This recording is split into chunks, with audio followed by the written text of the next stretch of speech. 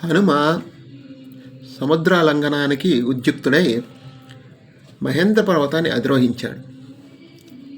ముందునకు ఒక కాలు వెనకొక కాలు పెట్టి చేతులు ఆకాశం వైపుకి చూస్తూ ప్రాణాలు బిగిపెట్టుకుని 2 చేతులను ముందుకు చాచి, అంటే ఇలా చాచి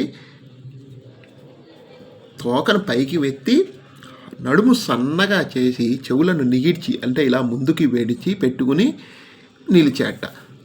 చెప్తున్నట్ట ఏమని అంటే, తతో రావణీతాయా సీతాయా శత్రుకర్షణ యేష పదమన్వేష్టం చారణాచరితే పది. శత్రువులను కృషింపచేయగల హనుమంతుడు రావణునిచే తీసుకోబోబడిన సీత యొక్క స్థానమును అన్వేషించుటకు దేవగాయకులకు చారుణలను సంచరించి ఆకాశ మార్గం వెళ్ళమని సంకల్పించెను. ఆకాశ మార్గంలో వెళ్ళేవారు ఒకటే. గంధర్వులు, చారులు, సిద్ధచారులు అని ఉంటారు. అంటే సిద్ధచారులు అంటే వారి యొక్క దేవతల యొక్క గూఢచారులు అన్నమాట. వాళ్ళు ఎప్పుడూ కూడా ఆకాశంలో సంచరిస్తూనే ఉంటారు. వారు నిత్యము శ్రీహరినామస్మరణ చేసుకుంటూ ఆకాశంలో సంచరిస్తూ అటు ఇటు తిరుగుతూ భూలోకంలో జరిగే విషయాలన్నింటినీ చూసి అవి పరమాత్మకు విన్నవిస్తూ ఉంటాడనమాట. ఈ అలాంటి మార్గంలో హనుమంతుడు వెళ్ళాలని సంకల్పించాడు. ఈ శ్లోకం ఒక్కటైనా కానీ నిత్యము పారాయణం చేస్తూ ఉండటం వల్ల మనకి ప్రతిబంధకాలుగా ఉన్నటువంటి ఎన్నో బంధనాలన్నీ తొలగిపోతాయి. ఇందులో గాయత్రి మంత్రంలోని 12వ అక్షరం అయినటువంటి వా అనే అక్షరంతో ఈ శ్లోకం ప్రారంభం. వా అనే అక్షరం ఉంది. ఈ శ్లోకంలో రహస్యమైన అర్థం నిక్షిప్తమైంది.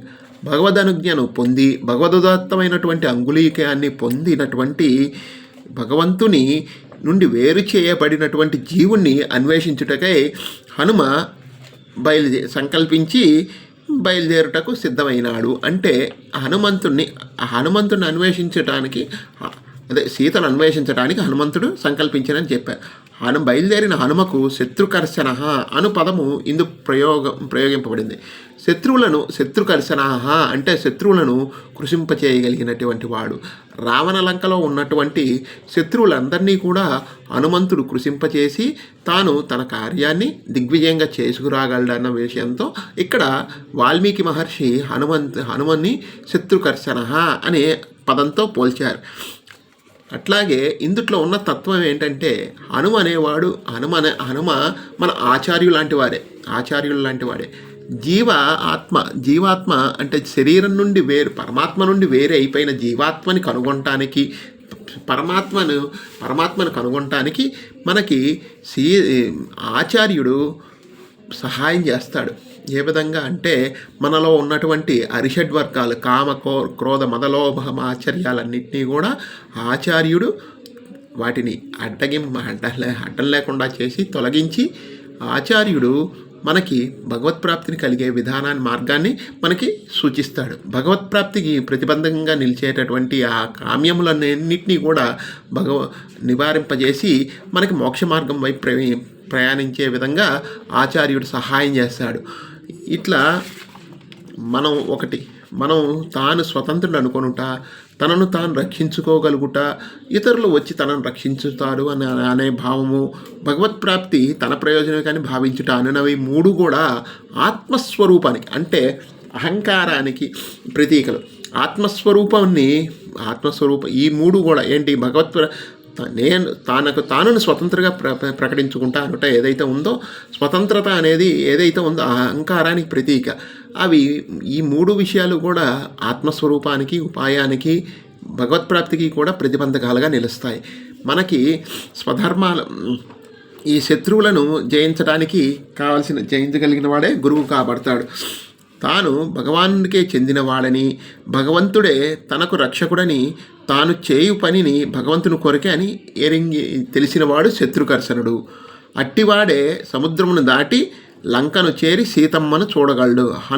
హనుమ పై లక్షణాలన్నీ కలిగిన వాడు కాబట్టి శత్రుకర్షణుడు అయ్యాడు. అట్టి గురువు యొక్క సంకల్పమే శిష్యునకు రక్ష అని సూచించుటకు ఏష సంకల్పించను అని ప్రయోగించను. భగవత్ సంకల్పం కంటే ఆచార్య సంకల్పము మనల్ని రక్షిస్తుంది. ఇతడు సీతమ్మ ఉన్న చోట వెతుకుటకు సంకల్పించాడు. ఆచార్యుడు ఈ సంసార మండలంలో ఏ సంసారి అయినా అగు జీవుడు కూడా భగవత్ప్రాప్తి యోగములను చిహ్నములతో గలవాడో యోగ్యములకు చిహ్నములు గలవాడో దయామగుడు సర్వేశ్వరుని కటాక్షించు జన్మించు సమయమున ఏ జీవుని యందు ప్రసరించునో ఆ జీవునకు భగవంతుని యందు ద్వేషము తగ్గును, అవిముఖ్యము కలుగును.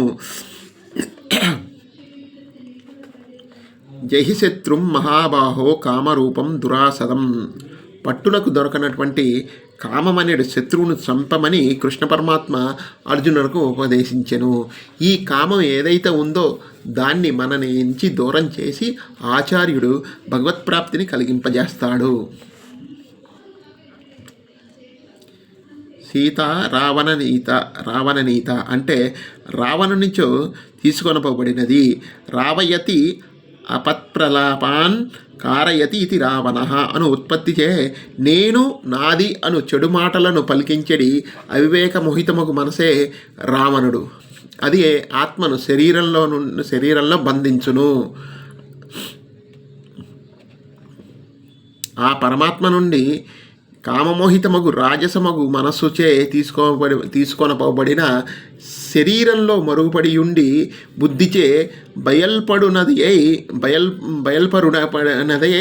జన్మరహితమగు భగవత్పరతంత్రమగు ఆత్మ యొక్క భగవదాభిముఖ్య సాత్విక సహవాసాది లక్షణములను అన్వేషించుటకు భగవదితర విషయముగు కామమును జయించినవాడు స్వాతంత్ర్యము, తన రక్షణమున తన ప్రయత్నము, తాను చేయు పనియందు స్వప్రయోజనత్వ బుద్ధి, తమ విరోధులను జయించిన వాడును అగు హనుమ పూర్వ ఋషులు ఆచార్యులు ప్రవర్తించిన మార్గమున వెళ్ళుటకు సంకల్పించెను. ఇచ్చట హనుమ చారణులు సంచరించి ఆకాశ మార్గం వెళ్ళమని సంకల్పించింది. దీనిలో అర్థం గ్రహించవలను. ఆచార్యుడు కూడా చారణులు అంటే చారణులు నడిచిన మార్గమునే నడవలను. చారణులు అనగా పూర్వపు ఋషులు ఆచార్యులు మొదలగువారు. వారు నడిచిన మార్గము చారణాచరితమగు మార్గము. శాస్త్రములు చదివినను పెద్దల యొక్క నడవడియే అనుసరింపదగినది కానీ దానిని వీడి క్రొత్త మార్గమును నడవరాదు. అందుచే యదితే కర్మ విచికిత్సా వా వృత్త విచికిత్సా వ్యాసాత్ ఏ తత్ర బ్రాహ్మణ సమ్మర్శినః అలూక్షా ధర్మ కామాస్యు యథా తే తత్ర వర్తేరన్ తథా తత్ర వర్తేదాః. ధర్మ మార్గమున ప్రవర్తించిన వారు ఏ విధంగా ఆచరించిరో ఆ విధముగానే ఆచరింపవలను. పెద్దలను అడుగడియే ప్రమాణమని ఉపనిషత్తు చెప్పుచున్నది. మన పెద్దలు ఏవైతే చేశారో ఏదైతే అంటే పెద్దలను ఆచరించమంటే ఇక్కడ రెండు రకాలు ఉన్నాయి. పెద్దలంటే మన పూర్వీకులు ఉన్నారు, మనకంటే సమాజంలో మనకు తెలిసిన పెద్దలు ఉన్నారు. కానీ మన పూర్వీకులు ఏదైతే మంచి మార్గమును ఆచరించి చేసి చూపించారో అదే మార్గాన్ని ఆచరించవాలని మనకి చెప్తుంది, ఉపనిషత్తులు చెప్తున్నాయి. మనం స్వకార్యములను త్యజించకుండా, స్వధర్మాన్ని వీడకుండా అన్ని పనులు నియమబద్ధంగా నిష్టబుద్ధిగా చేయాలని మన ఆచార్యులు పూర్వాచార్యులు కొన్ని ధర్మాలను కొన్ని ఆచారాలను ప్రకటించారు. వాటిని మనం పాటించాలని చెప్తున్నారు. ఇదే విషయాన్ని మనకి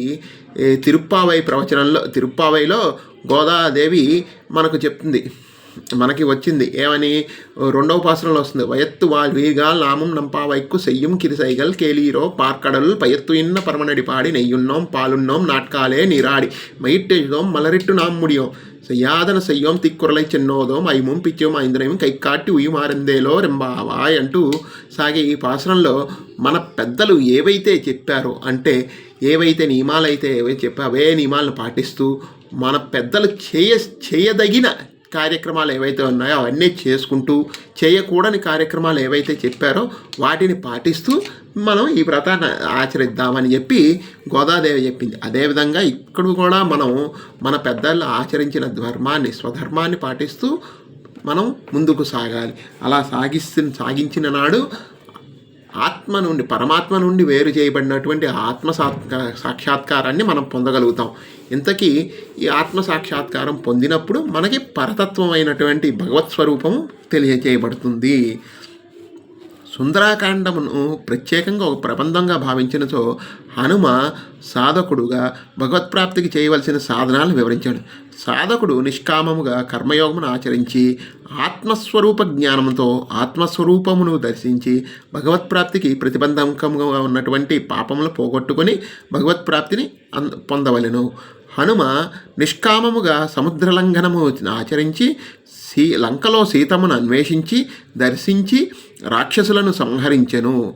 మరలా భగవాన్ని చేరును. హనుమానుడు భగవదనుగ్రహముచే భగవదనుభవమును పొంది సిద్ధుడై సంసారమును తరించి భగవదాజ్ఞచే శరీరంలో ప్రవేశించి అందు బంధింపబడిన జీవుల్లో భగవత్ప్రాప్తిని కోరెడి జీవుని వెతికి వాని విరోధులను నశింపచేసి వారికి జ్ఞానము నొసంగి వారి వృత్తాంతమును భగవానునికి అందించు మహాపురుషుడిగా ఇందు గోచరించబడింది. శరీరం ఒక పంజరం, రావణ లంక లాంటిది. ఆ లంకలో ఎన్నో రకమైనటువంటి కామము, మోహము, క్రోధము, లోభము అలాంటి ఎన్నో రకాలైనటువంటి రాక్షసులు జీవిస్తున్నారు. వాటి మధ్య బంధించబడినటువంటి సీత అనేటువంటి ఆత్మను గురించి తెలుసుకొనటానికి శ్రీరాముడు దూతగా ఆంజనేయ స్వామి ఆచార్యుని రూపంలో ఈరోజు లంక వైపు బయలుదేరాడనమాట. కపిహి అంటే పరబ్రహ్మమును ఆస్వాదించువాడు లేదా పానము చేయువాడు. కపి భగవదనుభవము కలిగినవాడు. వానరహ అతిమానుషములగు శక్తులు గల ఈతడు మనుష్యుడా అనిపించును. శాఖామృగ వేదశాఖలయందు భగవత్తత్వం అన్వేషించేవాడు శాఖామృగము. హరతి భగవత్ప్రాప్తికి ప్రతిబంధకములకు పాపాలన్నింటినీ హరింపజేసేవాడు కాబట్టి అరిహి అని కపిహి వానర శాఖామృగ అరిహి మున్నగవనియు జ్ఞానికి నామధేయములై చెల్లును.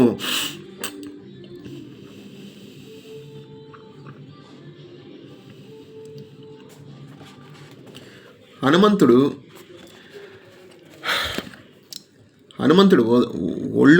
ఒడలు దొలుపుకొను, వెంట్రుకలను కదిలించెను, మేఘగంభీరముగా గర్జించెను. వెంట్రుకలతో నిండిన తన తోకను ఒకసారి పైకెత్తి దులిపెను. తోకను చాచుచుండగా గరుత్మంతుడు కొనిపోవుచున్న ఒక మహాసర్పం వలె ఆ తోక కనపడింది. పరిగలాంటి తన చేతులను కదలకుండా బిగించెను. నడుము సన్నము చేసెను. పాదములను వంచెను. బాహువులను ముడిచెను. మెడను కుంచింపజేసెను. బలము వీర్యమును పుంజుకొనెను. దూరముగా చూపులు నిలిపి మార్గమును చూచుచుండు. హృదయస్థానమును ప్రాణములను బిగబెట్టెను. ఆకాశమునే చూచుచుండును. పాదములతో నేలను గట్టిగా నొక్కి పట్టెను.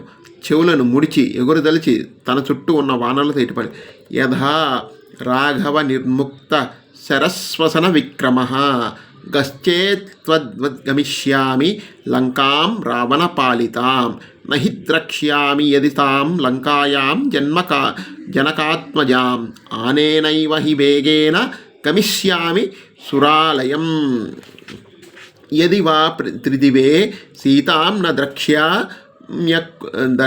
ద్రక్ష్యామ్యకృతశ్రమః బద్ధ్వా రాక్షసరాజసః మానయిష్యామి రావణం సర్వదా కృతాకార్యో అహమేష్యామి సహ సీతయా ఆనయిష్యామి వా లంకాం సముత్పాట్య సరావణం. రాముడు వదిలిన బాణం ఏ విధంగా అయితే వాయువేగంతో పోవును అట్లే నేను రావణుడు పాలించిన లంకకు పోయేదను. లంకలో కానీ సీతమ్మను చూడలేదా? ఆ వేగంతోనే స్వర్గానికి వెళ్ళేదను. అతడ కూడా సీతమ్మను గాంచలేకపోతినా ఏమీయో శ్రమలేకయే రావణుని బంధించి లంకతో కూడి కూడా తీసుకువచ్చెను. ఏమైనను పని పూర్తి చేసుకునే తిరిగి వచ్చేదను. రావణునితో కలిపి లంకనైనను పెకలించుకుని వచ్చేదను. ఇట్లు చెప్పి వానరోత్తముడగు హనుమ ఏమీ ఆలోచింపగా వేగంతో ఆకాశంలోకి ఎగిరెను.